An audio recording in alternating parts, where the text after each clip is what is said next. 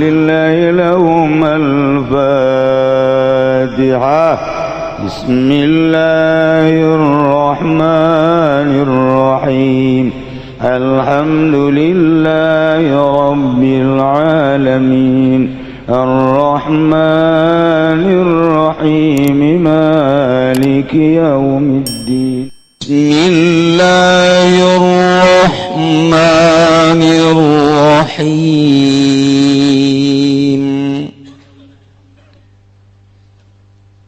وأطيعوا الله وأطيعوا الرسول واحذروا فإن توليتم فاعلموا أنما على رسولنا البلاغ فاعلموا أنما على رسولنا البلاغ المبين. Allahu a'lamu bimuradi wa ati'u Allah lan pada narurut sira kabeh ing Allah wa ati'u Rasul lan pada nurut sira kabeh ing Kangjeng Rasulullah wa hadaru lan pada wedi sira kabeh al ma'asiyah ing pirang-pirang maksiat. Fa in tawallaitum maka lamun mengos sira kabeh an ta'ati saking ta'at fa'lamu maka pada weruh sira kabeh maka pada uninga sira kabeh annama ing pasine ala rasulina ikut tetep ing atase utusan ingsun agung al balagul mubin utawi nekaken kang nyata. ليس على الذين آمنوا وعملوا الصالحات جناح فيما طعموا إذا ما اتقوا وآمنوا وعملوا الصالحات ثم اتقوا وآمنوا اتقوا وأحسنوا والله يحب المحسنين. Allahu a'lamu bimuradi laisa laranana ala alladzina ikut tetep ingat tasawung ake amanu kang padang iman ken ya ladzina kabeh wa amilulan padang amal ya ladzina kabeh as-salihati zaka amal kang saleh. Junahun apa dosa fima ta'imu ing dalam barang kang marangan ya ladzina kabeh akalu tegese pada marangan ya ladzina kabeh minal khamri wal maisir saking sajeglan judi qabla tahrimi ing dalam sadurung eden haram ken iza mattaqaw tatkala tararakwa ya ladzina kabeh al muharramati tegese tatkala ngaraksa ya ladzina kabeh sake kang dan haram ken wa amanu lan padang iman kan ya ladzina kabeh wa amilu sholihati lan padang amal ya ladzina kabeh sing amal kang saleh summa tauga taqau gari-gari tararak wa udi ya ladzina kabeh wa amanu lan padang iman kan ya ladzina kabeh sabatu ala taqwa wal iman tegese tararatep ya ladzina kabeh ngatasi taqwa lan iman summa taqwa asanu gari-gari taqwa ya ladzina kabeh lan gawe isan ya ladzina kabeh alamalan ngabecikaken ya ladzina kabeh amal wallahu lan utawi Allah yuhibbu iku kademen ya Allah al musinin ing kang gawe becik kabeh bimana nahu yusibuhum kalawan mana satuhune Allah iku ngaganjar ya Allahum ing musinin.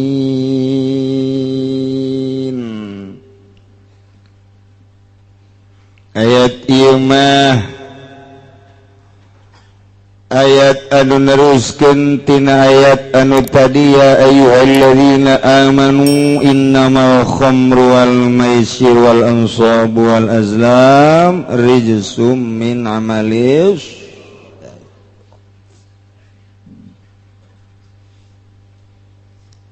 Allah nurunkeun wahyu ka Kangjeng Nabi dina pelebah masalah ngaharamkeun minuman nungtut mimiti ayat anu nyederhanakeun, kedua rada keras, katilu keras, kaopat patok geus teu meunang diganggu gugat. Ayat anu terakhir ieu ayat anu geus teu bisa diganggu gugat kana haramna arak, haramna judi, haramna kitu turah taroh azlam, termasuk anu sob patung-patung arca-arca geus teu bisa diganggu gurat-gurat, diganggu teu bisa diganggu deui, patok gurat batu haram mutlak. Nu mantak Gusti Allah ngajelaskeun make bahasa anu indah, cek ahli bilagah geus kateropong ku gaya bahasa-bahasa nage. Artina make kalimat-kalimat anu sangat mengarah kana haram secara mutlak tentang minuman jeung judi. Hiji Gusti Allah teh make ayat innama mimitina teh, ya Allah eta teh maedahkeun kana hasr. Ya ayyuhalladzina amanu innamal khamru wal maisir, tamaka innama wa adawatul qasri illa innama atfun wa taqdimun kama taqaddama. Ulah sambarangan mun make innama, berarti ieu luar biasa make innama mas sarua jeung kieu lantaran di dieu hukumna teh jusum min amali syaitan, kulantaran aya innamal khamru wal maisiru wal ansabu wal azlamu rijsum min amali syaitan. Terowong ku ari ku ilmu ma'ani, cek ilmu ma'ani malantaran aya adat koser bentukna inama, lamun ku urang dilempengkeun masar wajeng la rijsa wala syai'a min amali syaitan ila hadhil arba'ah, eueuh anu ijib, eueuh anu najis, eueuh anu panggoreng-gorengna, eueuh hiji perkara anu jahat tina pagawean setan kecuali nu opat ieu. Patok geus tama bahasa teh. Eueuh nu pang najis-najisna, pang ijid-ijidna, pang goreng-gorengna, pang jahat-jahatna, pang bolon-bolonna, pang goblok-goblokna. Pang naon deui ieu? Kecuali nu opat ieu. Eta bahasa indah mah teh kos kitu. Dilempengkeun make fan ma'anil la rijsa wala syai'a min amali syaitan illa hadhil arba'ah. Entak mun teu ngaji ma'ani mal beres. Mal beres. Ieu opat. Hiji khamr, dua judi maisir, tilu ansab, opat azlam. Sedengkeun nu opat-opatanana eta di cadasna aya, di sepatan aya, di Cikupa loba, pasar Kemis menteu. Komo Cilongok mah waduh eueuh bae. Ngan di mana-mana orang Cilong. Masyaallah. Opat ieu. Mabok baheula mah di kota ku ari handapeun tangkal awi. Masyaallah. Jorhe jasa.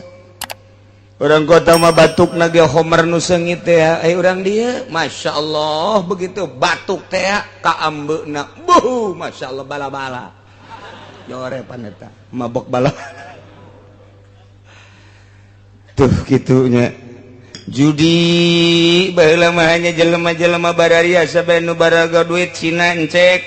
kuari mah kuari di lembur judi naon bae pake judi batung arca jeung sajabana kitu keneh azlam. Wah masyaallah mantap kurang minta ka Gusti Allah mudah-mudahan urang kabehan dibere bersih tina panyakit nu opat ieu, dibere embung ngalakonan nu opat ieu, samping urang oge anak urang mudah-mudahan dibere salamet tina panyakit nu opat ieu, incu orang turunan orang mudah-mudahan muntayang ka Gusti beres salamet ku Gusti Allah tina panyakit nu opat ieu tatangga-tatangga urang nu geus makeun bae mudah-mudahan ku ari mah dibere salamet dibere cager tina panyakit nu opat lantaran ieu mah mengarah kana neraka naudzubillah min hiji. Nomor kedua arak ieu ku Gusti Allah bisa kompet daunkeun jeung ansop. Arak eta disangkopet daunkeun dihijikeun ayatna jeung nyembah ka patung jeung nyembah ka berhala. Sedengkeun kapan eta mah musrik ka manukos kitu mah ieu nginum arak disayatkeun jeung eta berarti ku benci-bencina jeung ku jahat-jahatna ku goreng-gorengna dihijikeun jeung perkara nu goreng jasa. Sekaligus Gusti Allah innamal khamru wal maisiru wal ansabu wal azlamu rijsum min amali syaitan. Coba minum arak jeung judi dihijikeun jeung naon dihijikeun jeung nyembah ka patung jeung nyembah ka berhala. Masyaallah cek Kangjeng Nabi nu mantap cek Kangjeng Nabi syaribul khamri ka'abidil wasan jelema nu nginum arak sarua jeung jelema nu nyembah ka patung. Masya Allah eta teh kunaon eta ku gede-gedena dosa nginum arak dihijikeun beda ayat teh disakompet daunkeun ku Gusti Allah innamal khamru wal maisir wal ansab wal azam raisun mantap cek Kangjeng Nabi syaribul khamri ka'abidil wasan jelema nu nginum arak sarua jeung nyembah ka patung. Di lembur urang nu nginum bir loba jasa nginum menzen loba jasa vodka macem-macem. Ya Allah ya Rabbi na'udzubillah min. Nomor katiluna Gusti Allah teh atuh nitah ngajauhan ku bahasa fajtanibu innamal khamru wal maisir wal ansab wal azlam rijsum min amali syaitani fajtanibu. Eta bahasa pajtanibuh teh lamun urang ngaji usul fikih mah eta teh nu kos kitu ngaranna amr sedengkeun al amru ma idza utliqa in sarafatan sariful wujub berarti di dieu teh aya amr nu maedakeun kana wujub amrun bil ijtinab berarti di dieu teh zahirna amr teh kapan liurut atuh siahai dengekeun ku sia urang Cikupa urang Pasar Kemis urang Bojong urang Belaraja urang Tangerang sakumna bae Allah teh geus ngahukuman kana khamar jeung judi jeung ansab jeung azlam eta teh termasuk raisum min amali syaitan atuh pantadi buah tuh sia jauhan atuh goblok sarua jeung kitu awas ya mun teu make goblok tah eta pajtani bu amr hei wajib sia ngajauhan. Namun dibongkar satu kalimat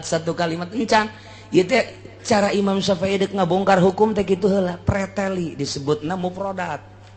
geus puguh make ilmu sorof geus puguh make ilmu nahwu kuari ku urang di mufradat make ilmu maani ilmu bayan mufradat teh pretel ke mantekan ke timbul be hukum haram pan eueuh di dieu dina Al-Qur'an mah wa yahrumul khamru jauh wa yahrumul maisir ima bahasana innamal khamru wal maisiru wal ansabu wal azlamu rijsum min amalis syaitan bahasana indah luar biasa pajtanibu jauhan atuh kumaneh kadina ditambahan la'allakum tuflihun manawa anjeun ai hayang ma anjeun teangan ku anjeun kebahagiaan berarti ngajauhan tina arak jeung judi bakal nimbulkeun falah lamun maneh ngajauhan mabok, maneh ngajauhan judi, maka bakal didinya aya kabahagiaan. Dibalikeun ku urang, lamun ja'lul ijtinab minal falah atu wa idza kanal itimad falah wa idza kanal itinabu falahan atu kanal irtikabu khaibatan. Di mana ngajauhan minuman, ngajauhan judi bakal ngajadikeun kebahagiaan dunia jeung akhirat, atau berarti mun ngalakonan bakal jadi kabahayaan di dunia wal gara-gara mabok pisah jeung indungna, gara-gara mabok pisah jeung bapana jadi carekan bae, ditundung ku bapana si anak mabok bae mabur lain anak aing sia mah anak jurig meureun. Mun si anak jurig atuh aing ge jurig meureun. Ibut indung jeung bapak jeung pamajikan gua pamajikan aja gua kalamun bae dicarekan gua abah lah dasarna ge mabok malulu indit lah geus ditu gas wari mah mana si bae di dieu kawin dia geus papisah mah di laku kawin deui geus teu dage lah daripada boga salaki kos kitu daya ku pamajikan indit eta gara-gara mabok rugi dunia jeung akhirat. Mun gugura kuari diomongkeun ti jati ka dieu nu sok mabok bae nu geus teu bogana naon ieu di duniana bae kuari dina bogana ge puyeng bae ulah nyaho jasa ti jati ka dieu bae ulah wakasa Tangerang heurana nya nyaho jasa jati koroncong kagambar jasa ku mata hate doyong gelam gembor atuh kabayang jasa jelema-jelema na kos karari itu kabeh ge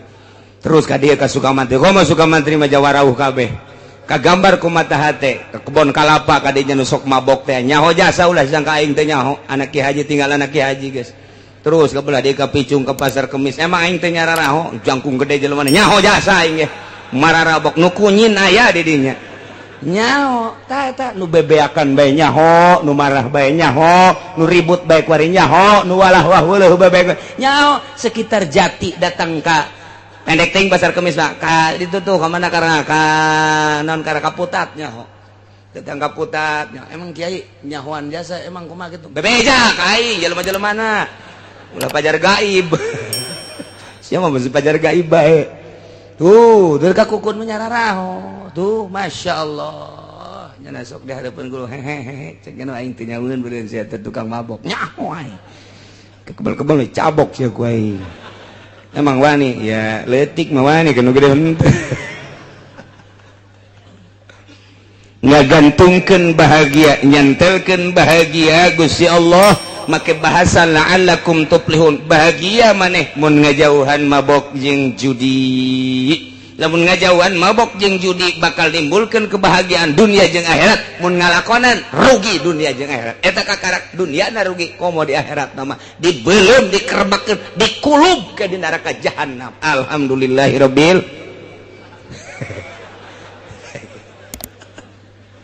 hidat alhamdulillah ja kulubeun tah mah atuh bodoh lah mah Gusti Allah bae tah tapi tetap orang doakeun lantaran kadang-kadang nu babok jeung nu judi teh kapan terjadi di dulur urang terjadi di kawauh urang terjadi di tetangga urang meureun sedih amat mun urang ka sorga nyana ka neraka sedih ja urut sagulung sagalang di duniana urang doakeun mudah-mudahan anu mararabok boh anak boh incu boh dulur boh tetangga boh kawauh diberi taufik ku Gusti Allah Subhanahu wa taala sehingga manehanana diberi sinar ilahi nyaho kana bener tobat ninggalkeun kabairna amin ya rabbal tambahan deui ku Gusti Allah innama yuridu syaitan wa yuqi'a bainakumul adawata wal baghdha fil khamri wal maisir dek kumaha bagusna atuh judi jeung mabok mah lantaran ku setan dijieunkeun hiji alat setan teh nyieun alat anu paling luar biasa ampuhna babarieun jasa jang nimbulkeun bagdo jeung adawah teu saha asal geus mabok bae ge teu saha asal geus judi bae ge boro-boro jeung sasaha bapana judi jeung anakna ribut bapa jeung anak gara-gara judi gara-gara mabok ribut anak jeung bapa jeung incur ribut ieulah pagawean jahat luar biasa tambahan deui wa yasuddakum an dzikrillahi wa anis shalah. Mabok teh Gusti Allah geus ngajelaskeun kana kabahayaanana karusakan anu nimbulkeun di dunia jeung agama, di dunia jeung akhirat. Naon? Eta teh sakumaha tadi jeung deui ngahalangan tina eling ka Allah jeung tina salat. Mana aya jelema nu babok jeung nuju di haju salat, dina salat teh hayang kadeuleu doang. Moal kuateun nya salat eueuh batur mah cenah geus jadi Ki Haji tinggal Ki Haji. Tetep bae asal mabok jeung judi moal daekeun zikir ka Gusti Allah, moal daekeun salat ka jeung kukumaha ge. Sebab hijab antara dirina jeung Gusti Allah Subhanahu wa ta'ala. Nah, terakhir wa ati'ullah wa ati'ur rasul. Wahai mukminin sing narurut maraneh kabeh ka Gusti Allah. Allah tegas ngainstruksikeun tadi titah ngajauhan mabok jeung judi, titah ngajauhan ku Gusti Allah teh kana patung jeung azlam. Adu nasib teh ku Gusti Allah diinstruksikeun melalui wahyu ka Kangjeng Nabi urang Kangjeng Nabi Muhammad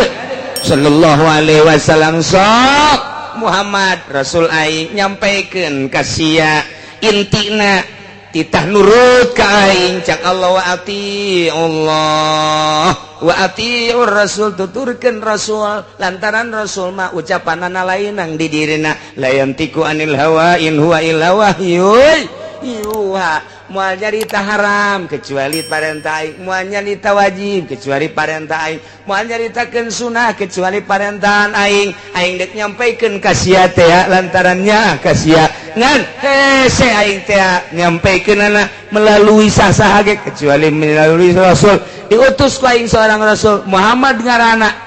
tuturkeun ku maneh anuti ku maneh perintah Allah.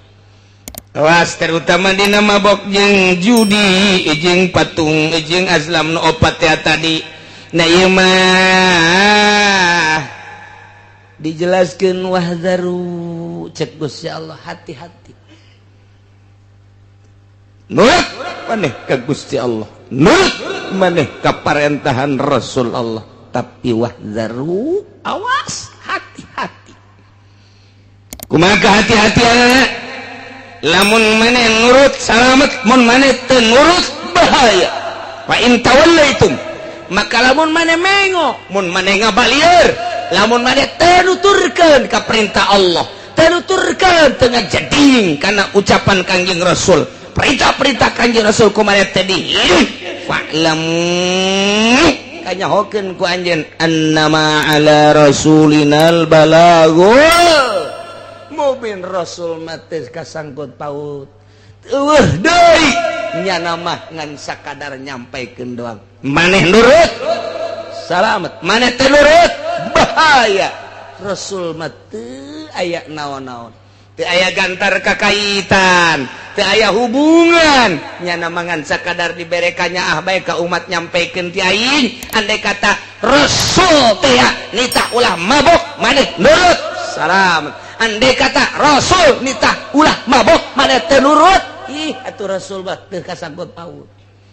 Lantaran Rasul mangan sakadar annama ala rasulinal balagul mubin, ngan sakadar nyampaikeun. Rasulna parantos teu aya tilar di dunia mah, disampaikeun ku para sahabat ayat ieu. Sahabatna geus teu aya, sampaikeun ku tabi'in, tabi'inna geus teu aya, disampaikeun ku asbat tabi'in. Tahun 2011 penyampai lidah Kangjeng Nabi di Jakarta loba kene, di Pandeglang loba kene, di Serang Pandeglang, di Serang loba kene, saantero dunia nu nyambung lidah ayat ieu loba kene. Ngan hanjakal teh kumaha? Hanjakalna ieu pemerintahna. Pemerintah teh dirina artina nu marentahna ieu adalah bener-bener henteu mengamati ayat ieu. Sehingga nyana teh ngajual ayat. Kumaha ngajual ayat teh? Ai dina zahirna mah ngalarang nyana titah mabok di panggung sapeting bisa 2-3 panggung horeng jerona mah ojol ayat eta teh jang meuli meo. moal teurak kajen ku kumaha ge aya jelema nu mabok didakwahan ku kiai model kos kitu tek ceuli datang ka teurak we moal teurak naon sababna lantaran ojol tamah ojol ayat nyana ngaluarkeun ayat susuganan mancing lain mancing supaya menang hidayah tapi nyana mah mancing supaya dapurna ngebul mal beres nu mantak lantaran ojol deulekeun geus maotna deulekeun cek Imam Ghazali deulekeun geus maotna we trek we kiai nu sok dakwah maot misalnya ieu maot aya eueuh nu zarah umat kadinya ternyata eueuh apakah teu wauheun wauh apakah teu akrab kunaon bung jarah pan nya baheula dakwah abi dakwah na ge dibayar ieu ku aing ojol teh nama dakwah eueuh karasa tapi lamun nyana tilok ojol ku dunya maot Masya Allah nyana pernah datang ka imah aing nasehatan dibere mah dibere tapi teu maksudna nyana itu maksudnya angan kos gitu cek pemuda teh Masya Allah kerayanya nama orang teh ku sasalaman ge kana sehatan ku neuleuna ge kana sehatan komo lamun geus ngajina kana sehatan emang itu maksud ojol teu maksud ojol jeung dunia geus maotna jelema daratang ka makomna hadiah ka makomna ziarah ka makomna deulekeun geus maotna mun biasana ojol jeung dunia pek bae eureun moal aya nu inget teh eta teh rahasia anu luar biasa terrahasia anu luar biasa maksudna Imam Ghazali dek jaritakeun keikhlasan jelema deuleu geus maotna bae nu mantak urang zararah katua ka naon kitu ngaranna ka Maulana Hasanuddin ahli ikhlas urang ngajarahan ka Maulana Yusuf ahli ikhlas urang ngajarahan deui kitu ka mana kana jadi ka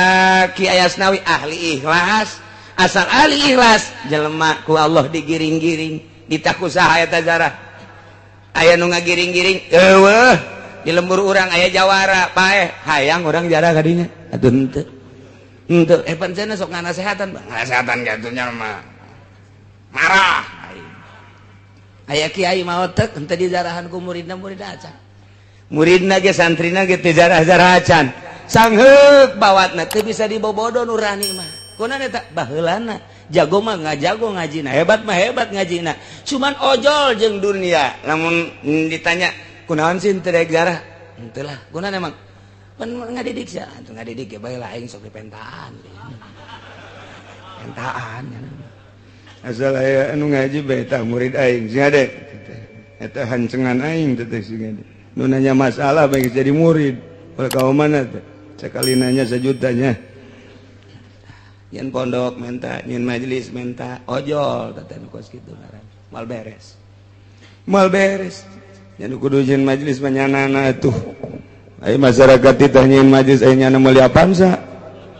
Eta goblok kiai di Singapura kos kitu eta.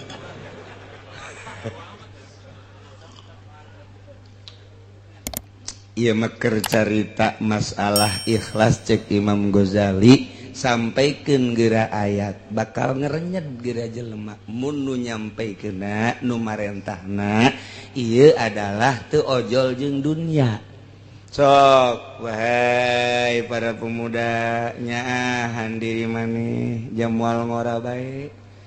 jeung sing hade isuk pageto teh anjeun bakal maot sedengkeun maot teu ngolot teu kolot teu ngora eureunan geura ge mabok ku sakitu bae nyanana teu boga pikiran hayang dibayar dakwahna aya bae 2-3 man eureun sanajan nu maju aya 10 sanajan unggal penting dakwah menasional tapi di benak hatena nyana teh lain eta nu dimaksudna maksudna mah dek numpuk-numpuk harta ieu mah tinggal maksud lain dibere jeung teu dibere lain boga jeung teu boga tapi maksudna sing ada singkah arti meunang nyokot ti mana eta Imam Ghazali meunang nyokot tina innamal a'malu binniyat jelema mah kumaha niatna jelema ngariung teu niatna naon niatna teh deuk tahlilan nek syiar kemudian diberi berkatna satrek salah teka bawah teka jinjing gunya ada satrek berkatna atuh loba jasa masalah tetep bae syiar mah kuari mah jelema dek ngariung tapi nu dimaksud berkatna berkat mending mun satrek pugu cau deh mending mun cau nu beureuh mah cau hansip rugi emang aya cau hansip aya eta kos kitu tah beda niat sih ada niat mantek niat eta sok di naon ngaranna sok dibahas-bahas bae ku kiai balikan deui supaya jelas niat urang teh penting dek niat hudang lah aing dek tahajud kasubuhan eta urang geus boga nilai tahajud geus boga pan nilai tahajud masyaallah eta niat jadi kadang-kadang niat eta bakal ngabentuk di akhirat sanajan teu dipigawe niatul mukmin khairun min amali mantak ngaji niatna deleukeun ge kadangana beda ieu sorana beda sora lamun niatna ikhlas mah beda nyelecep ka jero hatena teh rindu ka jero hatena ngeunaheun ka jero hatena teh eta teh bakat tingku ikhlas di jerona ikhlas teh naon teh lain diomong ikhlas mah teu hayang urusan dunia hayang kalem teh hayang dimulai diagung-agung teh deuk nyampaikeun ayat ieu mah supaya manusia bentak mata hatena henteu maksud hayang dibayar kabeneran diagung-agung aja dibayar dibere eta teh urusan batur asal dirina nah iyalah nu hese teh berangkat awalna begitu ngalengkati mah dek naon maksudna dakwah dek naon maksudna ayeuna ieu mah dek dakwah bae ayo ngan eta teh sok ngomong-ngomong sabaraha jam ieu nya setengah jam bos setengah jam lamun naik kareta mun sedang ka mana ieu oh bayaranna ge gede cabok kiai kos kitu mah eta teh ikhlas eta kos kitu kan eta teh tah piceun mun hayang bener piceun mun hayang bener yeh nyampaikeun ayat ieu disampaikeun di dunia ayat ieu disampaikeun mabok makin menjadi-jadi hese luar biasa nah ye diakhiri ayat nu tadi teh ku Allah wa atiur rasul narurut marane kabeh ka Gusti Allah teh ngalarang melalui Kangjeng Rasul minum arak judi wa atiur rasul tuturkeun turut ku maneh Kangjeng Rasulullah wazaru jeung hati-hati kudu rempan maneh kana berbagai permaksiatan lantaran bakal ngejerumuskeun anjeun ulah-ulah di dunia komo di akhirat nama deui bakal sing jarungkel ka neraka jahanam lamun nurut atuh salamet lamun ngabalieur mengo fa in tawallaitu mani taat mun maneh ngabalieur tina taat rasul mah rasul bae tapi teu didenge kiai mah kiai bae tapi teu didenge fa'lamu awas aya rambu-rambu tuh hubunganna naon Kangjeng Rasul mana ma ala rasulinal balagul mubin Kangjeng Rasul mah hanya sekedar nyampaikeun doang atuh ari katarima salamet namun teu katarima tuh bahaya lantaran fajaza hukum alaina cek Gusti Allah adapun babales aranjeun kabeh mah eta adalah tanggung jawab kula nurut maneh kukula bakal disalametkeun ka surga teu nurut maneh kukula dijangjian kukula teh bakal dikanarakakeun sakitu bae Rasul mah teu aya patula-patalina naon kitu kene kiai ngalarang niat mah sakadar dakwah bener-bener lillahi taala aju jelemana teh daek darurut ka kiai ih atuh annama ala rasulinal balagul mubin kiai mangan sakadar nyampaikeun doang nurut jeung teu nurut lain urusan kiai mantap kiai ulah marah lamun dakwah teh aju teu narurut marah kiai goblok sia teu nurut ka aing deuk nurut ka aing deuk nurut ka saha sia tolol sia goblok sia eta kiai moal beres sama kos kitu mal beres atuh ieu keur nyampaikeun bae haram riba haram ngredit haram praktek isuk-isuk datang Assalamualaikum enon ya ampura kiai kunaon aduh doakeun kula bulan kemarin itu bisa bayar kreditan karep mudah-mudahan boga cek hate ai kamari aing nyampaikeun haram ku ari minta doa ka aing aing teh sieun nu kabalingar sebenarnya deres kene tama kos gitu deres kene deres nu kieu Waalaikum cerik bae oh nyabikang di mana di mana bi oh udah deket cenah di dinya aya naon aduh cenah daripada ditarik deui ku dealer mau nginjem duit jah iya aduh boga salakitan teh si budak mun teu onam artina itu Masya Allah Kula ngajing mengaji baik ke kiai ngadenge baik jadi menginjam duit bae jangan bayar kreditan innalillahi wa inna ilaihi kudu kumaha tah atuh teh kumaha nyampaikeun anak nyampaikeun bae ngan can datang ka hatena can dibere hidayah ku Gusti Allah berarti mahal teh anu ngagulak-gilekeun mah anu ngaleungitkeun hijab mah lain kiai lain wali lain Kangjeng Rasul nu mere hidayah mah Gusti Allah Subhanahu wa taala. Masya Allah. Timbul pertanyaan-pertanyaan para sahabat.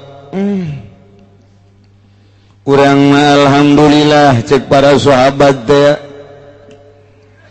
kazamanan karena ayat innamal khamru wal maisir sehingga orang sadar nu tadina osok mabok eureun tadina sok judi eureun tadina nyembah ka patung areureun tadina dunus nasib ngundi nasib baju areureun ku ari mah kulantaran urang nyaho kana haramna ngan ieu ayeuna mah fa kaifa bi ikhwanina alladzina matu wa hum yashrabuna al khamra wa yaquluna malal maisir. Eta dulur urang tetangga urang nu kamari ieu mararabo kamari ieu jararu diaju ku ari parae eta kumaha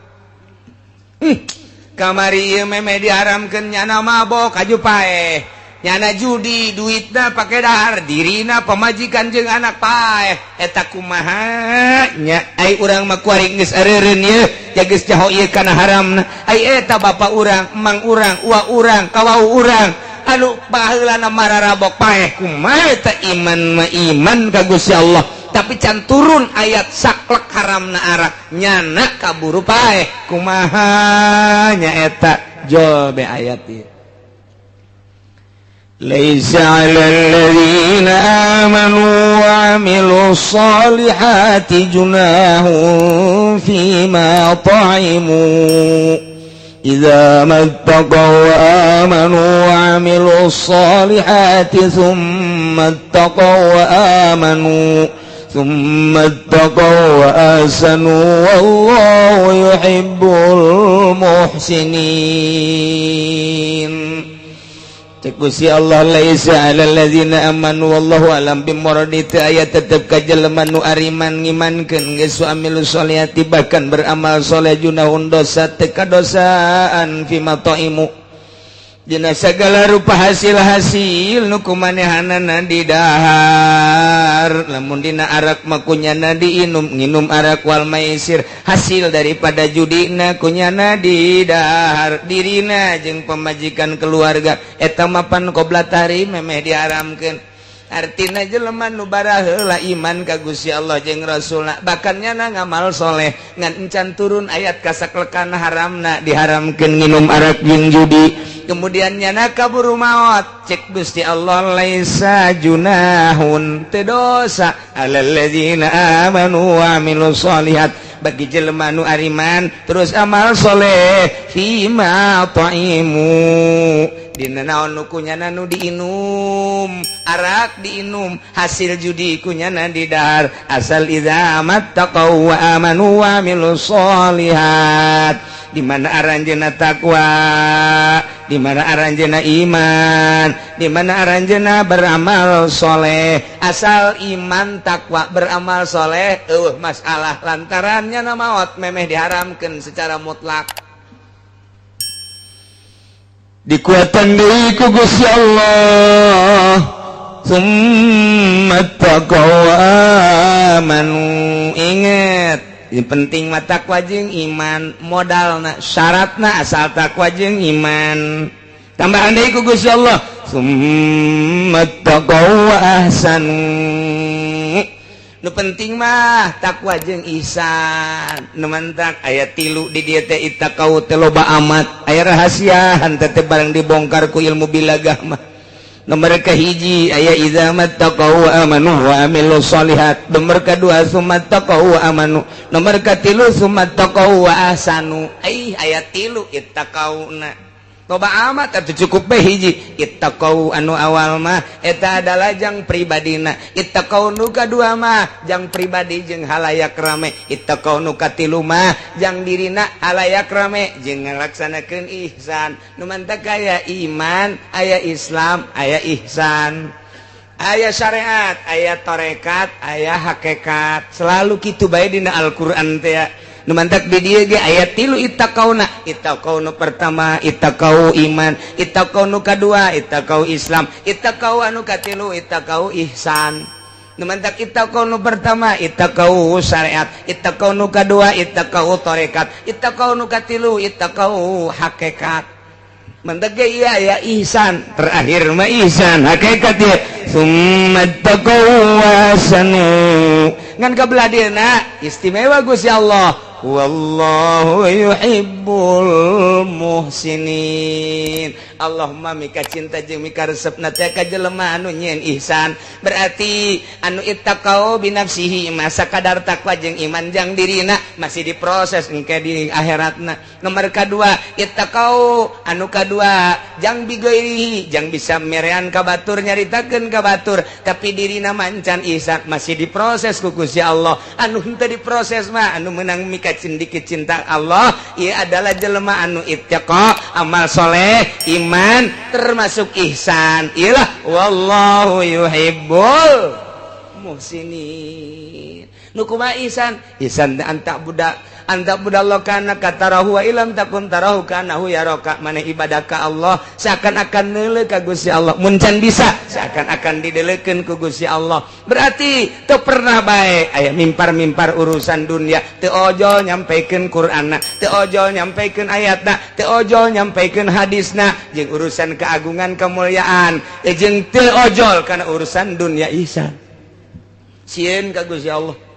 bahkan mun dibere duit ge sieun nya mah Waalaikumsalam ti mana ye ti atut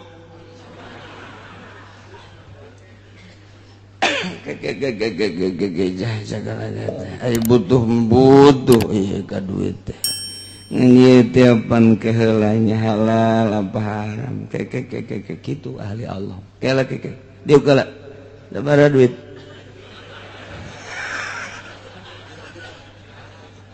yang dibuka teh bu emang tarima bente sabaraha duit lah barang dibuka teh 1 juta lah leutik 1 juta mun 5 juta mah bejakeun ka atut daek 1 juta mah mung pan 5 daek kagok ka neraka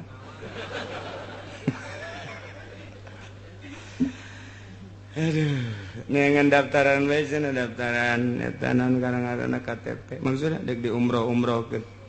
ieu umroh jadi ganjaran apa henteu kunaon teu berpikir masya Allah ieu ayat lain lalagaan Gusti Allah cukup bae ieu teh make ittaqauna hiji bae cek ahli bilagah mun hiji ge cukup tapi make ayat 3 ieu teh lain lalawara ya Allah ya Rabbi maka idza mattaqaw wa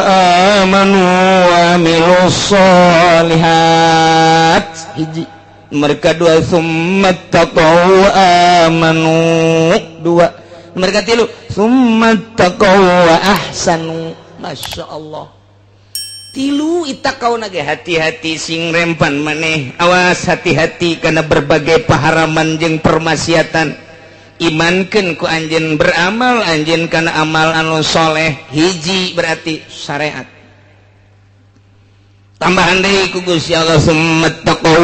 wa amanu mentak ka dieuna ge make tafsiran Imam Jalal teh sabatu ana taqwa wal iman di jerona teh geus tetep takwa jeung iman ngan kuari ngalaksanakeun nya nanti akana intisari takwa jeung iman tarekat ngaranna suluk disebut berangkat kuari mah lain sakadar iman tetapi nyana berangkat hati teh supaya benar-benar deket jeung Gusti Allah supaya datang ke mana ya supaya datang diri teh ka Gusti Allah emang Gusti Allah bisa ditempuh jalan mana bisa ente naik kereta bisa ente naik kapal atau naik Apollo oh otak nancan datang eta budak Gusti Allah mah di mana-mana aya tapi lain berarti eta Gusti Allah kumaha tuh ngaji nu mantap ge jangan ngaji geus terus bae atuh otakna pendek biasa sih mah campur jeung naon wayah ngaji wayah datang ka imam nonton TV malulu HP bae meuli nu anyar deui oh budak 3G HP na geus mending mun ngarakeun aki-aki geus bau kuburan mamawa HP keneh bae ya Allah ya Rabbi tak aki-aki buang ka warah jas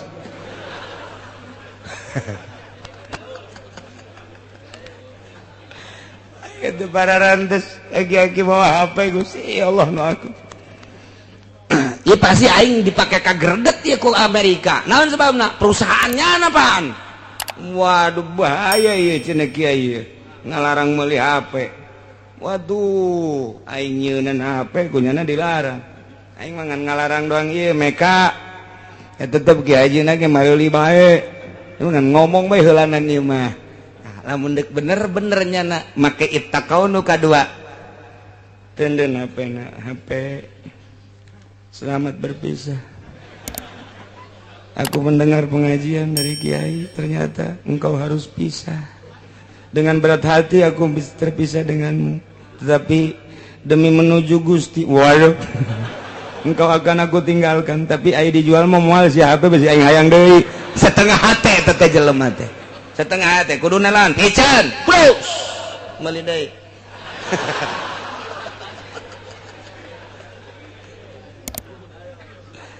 lain lalagaan ibadah teh nu mantak urang eueuh ngeunah kumaha ilmu fatul muin mah aya ilmu jamul jawame mah aya ilmu tafsir mah aya kok eueuh ngerenyet cenah ibadah eueuh ngeunah asal eueuh ngeunah bae ge kadeuleu jelema mah sinarna eueuh emang kumaha gitu lamun aya jelema nikmat ibadah ngan nyaritakeun nikmat ibadah mah teh mah geus rahasia bae hese nyaritakeunana ngan beda engke sinarna boro-boro ndek nanaon tah pepegatan jeung HP bae ge sakitu hese aing mah jaga sekolot umur 60 tahun ku batur di ustad-ustad jeung di kiai-kiai lah HP aing isin aing geus aing mah moal ku ari mah HP teu boga nonton TV bae atuh ieu bagi berat penyakit bagi si parah ieu mah impus ieu mah kiai kos kieu mah geus teh TV geus sia mangpaat aing neuleuan sia bae ti baheula teh ngan saukur berita bae paling ge anu-anu lah film nyanyi geus teh hayang aing mah geus tah dua tang coba ge dua bae HP jeung TV ieu teh di jero hate diberesihan teh hayang teh mah kos kitu mah lahun walabun teh mah geus aing mah deuk ka Allah bae saminggu bae ngerenyet bakalna hayang ngeuli deui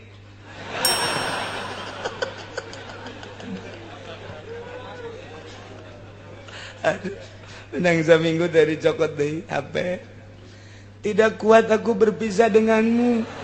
jaringanku kurang sehingga undangan ngeriung kok enggak ada yang biasanya kayak ondo sama kos gitu itu bisa pepegatan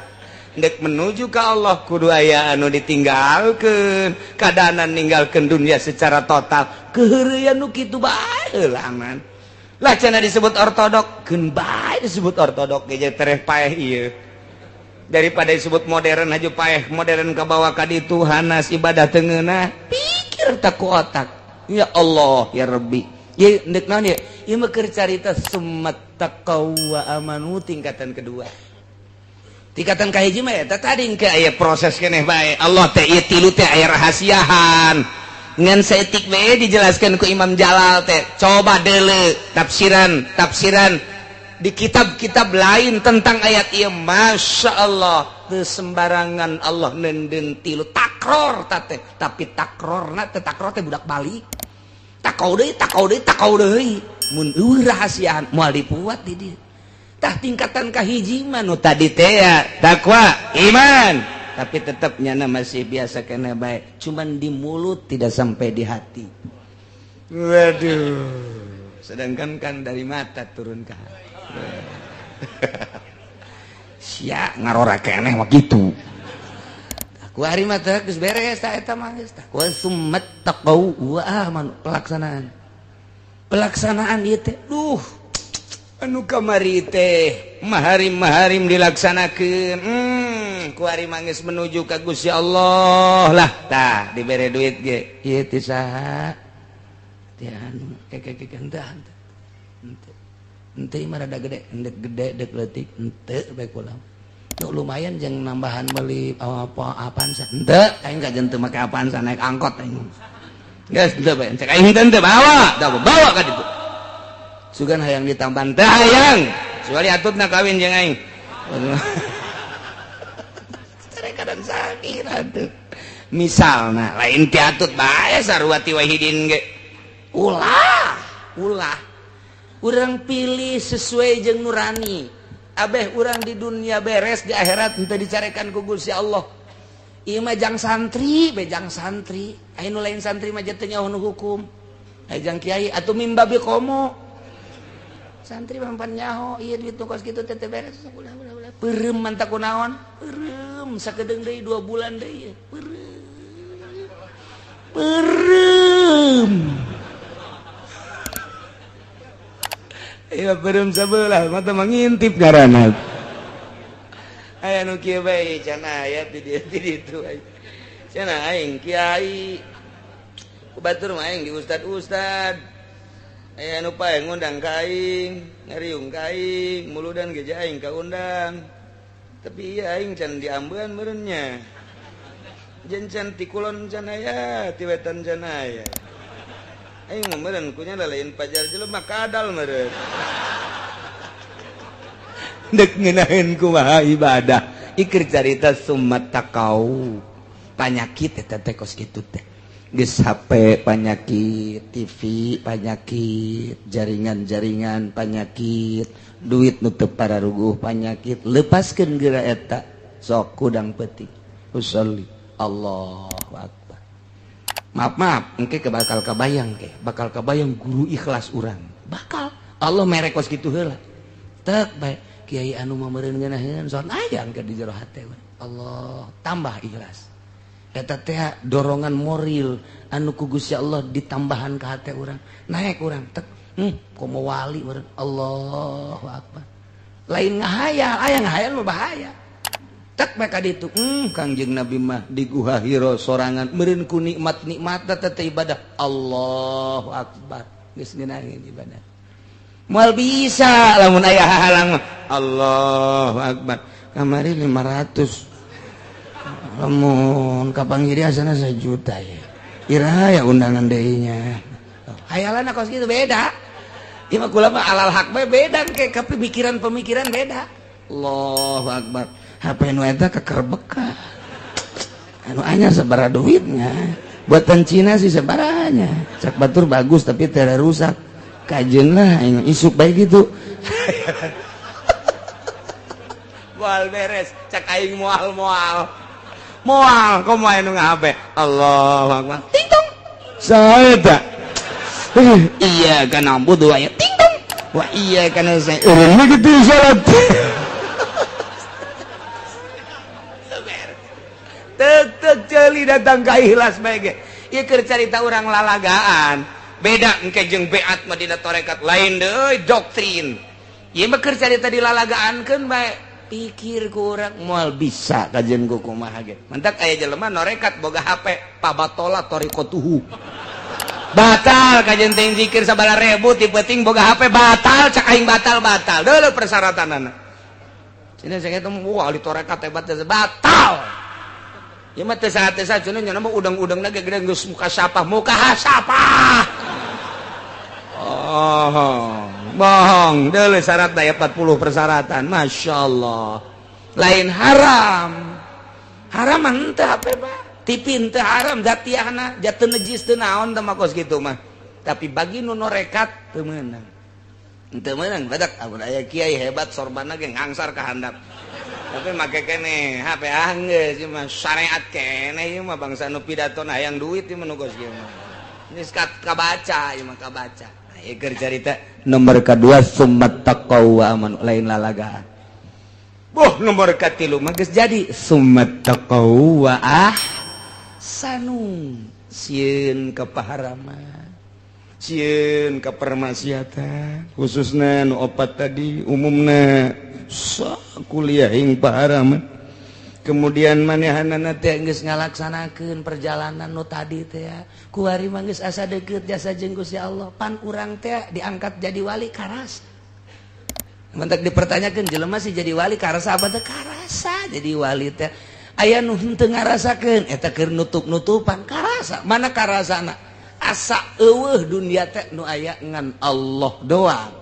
Geus nyana teh engke asa kaduhung hirup nu kamari ieu. Duh aing eta Imam Ghazali caritakeun kos kitu. Imam Ghazali geus diangkat jadi hujatul Islam tapi can jadi wali, begitu trek jadi wali eta nu kamari magahan ngaji teh eta mah dosa. Aing magahan ngaji, aing ngarang eta teh dosa aing. Dosanya na kos kitu teh eta ngarasa dosa sebab orang teu ngeunah tama ibadah kos ketika nah ini ieu we ibadah nu bener mah ieu cekeuna tuh ya Allah ku ngeunaheun ibadah teh geus teu boga pikiran naon iyalah summat taqau wa sanu sedengkeun ka dieuna Gusti Allah wallahu yuhibbul muhsinin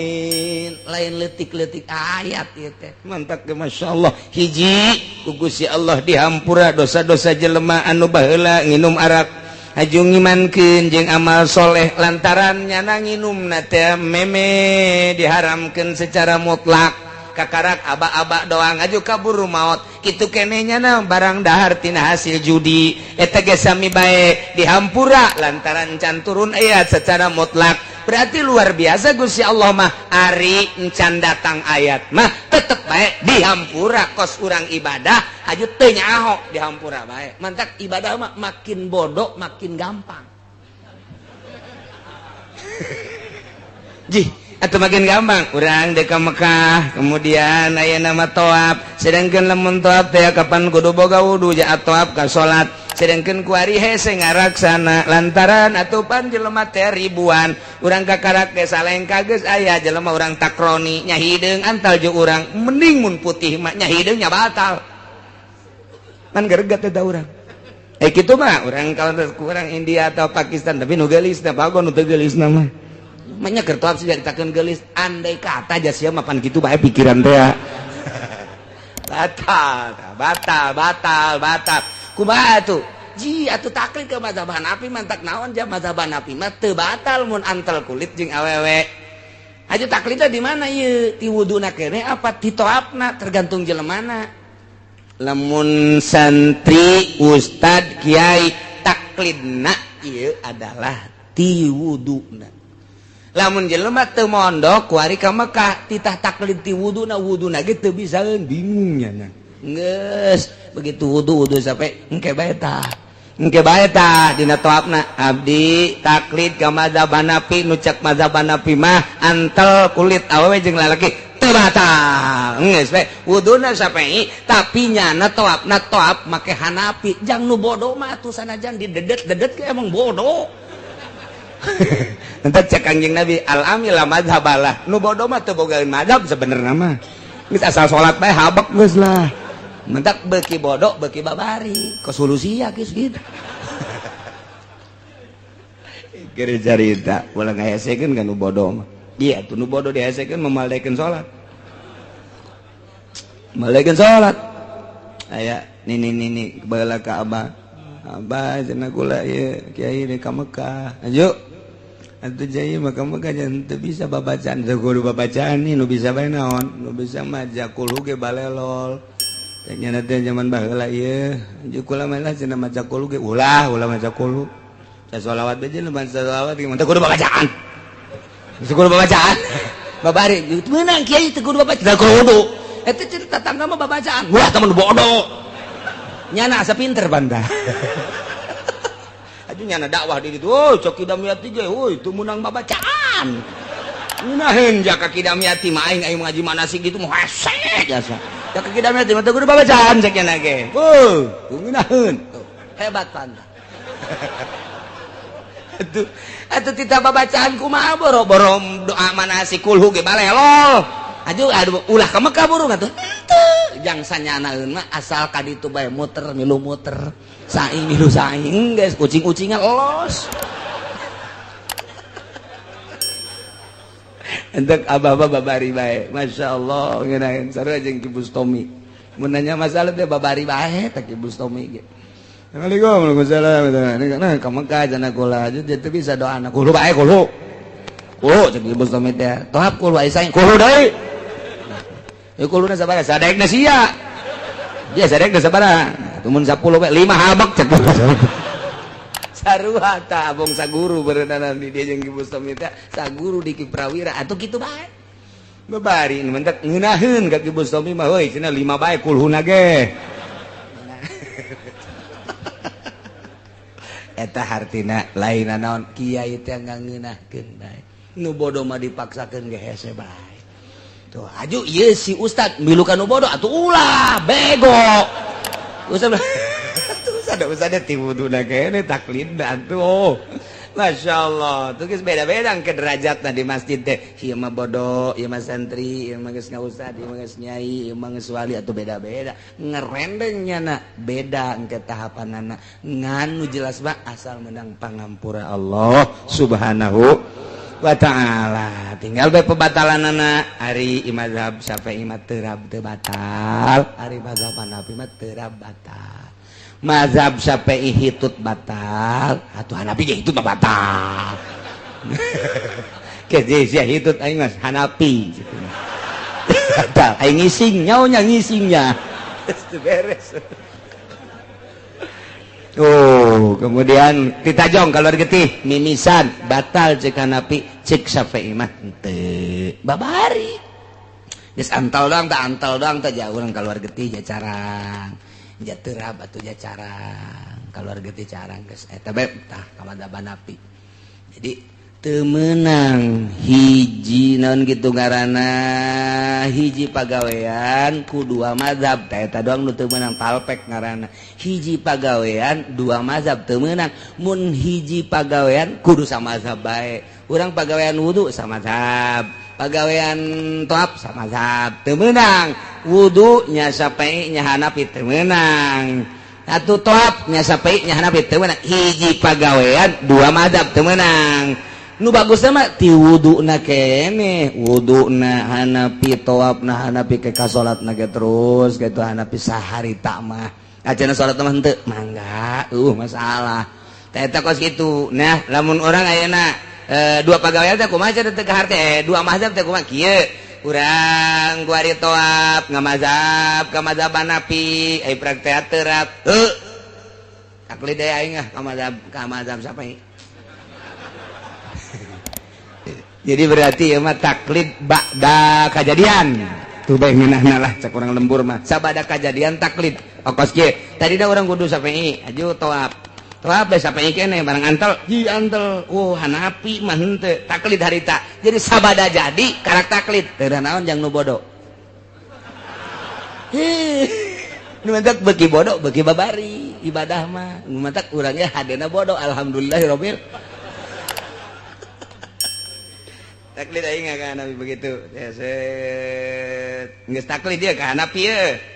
Geus taklid dia ka Hanafi ye urang tawaf. Antal jeung awewe teu batal, jeung aing mah Hanafi. Antal deui teu batal. Malah mah Noel nya. Teu batal. Abong-abong teu batal Noel gelut sia di ditu. Ulah ieu keur carita doang. Teu batal. Terap. Baca Hanafi batal kan? Aing ka Syafi'i.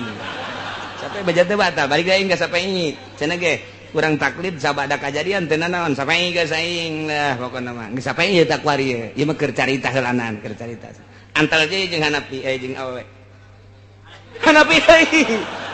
ieu mah budak batal-batalna batal-batal modar bereuni mah keur carita talpek hiji pagawean teu meunang dua mazhab mun geus samazhab samazhab bae ketika nyana di mazhab eta batal atuh geus bubar. Masyaallah wallahu yuhibbul muhsinin. Mudah-mudahan urang kabehan diraksa ku Gusti Allah, dibere daek takwa ku Gusti Allah, dibere sabar ku Gusti Allah, diberi ihsan ku Gusti Allah sehingga orang bisa benar-benar ibadah ka Gusti Allah hingga akhir hayat orang husnul khotimah bisa ngucapkan kalimat thayyibah di akhirat aya di bawah bendera Kangjeng Nabi urang Kangjeng Nabi Muhammad sallallahu alaihi wasallam. Wallahu a'lam.